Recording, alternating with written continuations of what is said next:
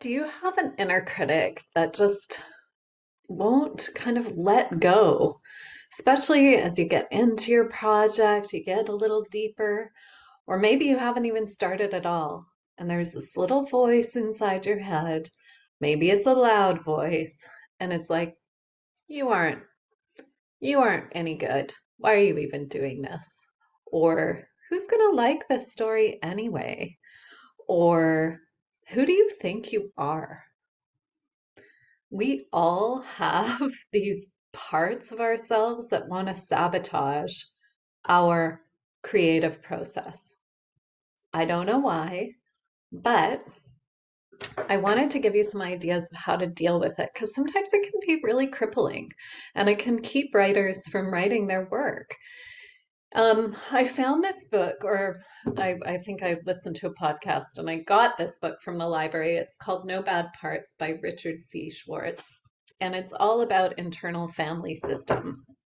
So I haven't read the whole thing. I'm not a therapist. I'm not going to, give you an overview of what IFS is, except that I think it's relevant to writers because it talks about the parts that we have many parts inside of us. And usually, when we're doing some sort of self sabotaging behavior, there is a part within us that is trying to protect us. And I think as writers, this can be really helpful to remember. It's not that they're right, those parts, they're usually very young parts of us.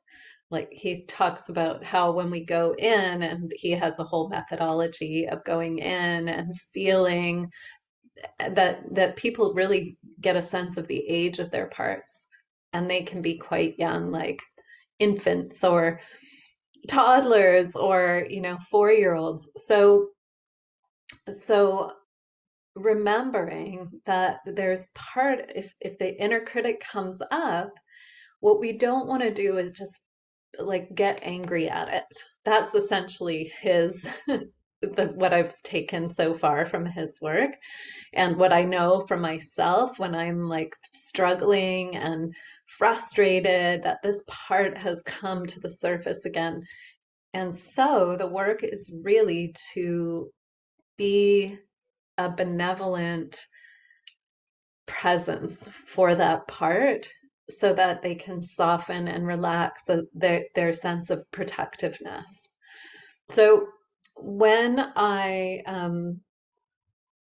was listening to a podcast with Elizabeth Gilbert, she talks about being a benevolent steward. I think she used benevolent steward to your inner self. I'm butchering it, but I really loved this. Like, we must be benevolent presences to the parts of ourselves that we struggle with, including the inner critic. So, what do you do with that? What does that look like? So, one of the things, if you have that thought, nobody's going to like this. You could just be curious, like, huh, why do you think that? What makes you think that? And there's kind of a tantrumy quality to those voices.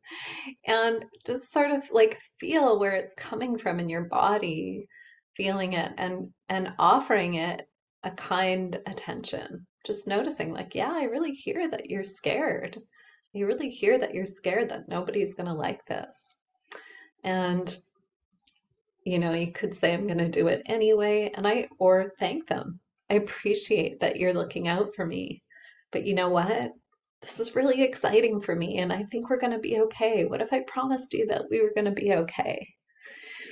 You could do something like that, or you could write it out. What does the inner critic have to say? And just get it out, give them space. So that's two things that you can do. And then the third thing is I guess this is also writing it out, but what's the worst thing that could happen? And just write detail. If your critic is really on hyper vigilant mode and they want you to pull back and doubt yourself and so on and so forth. Write out the worst that can happen and write it out frequently. And then just like it loses some of its power that way. When we externalize what's going on in here, it loses the power and grip it has on us.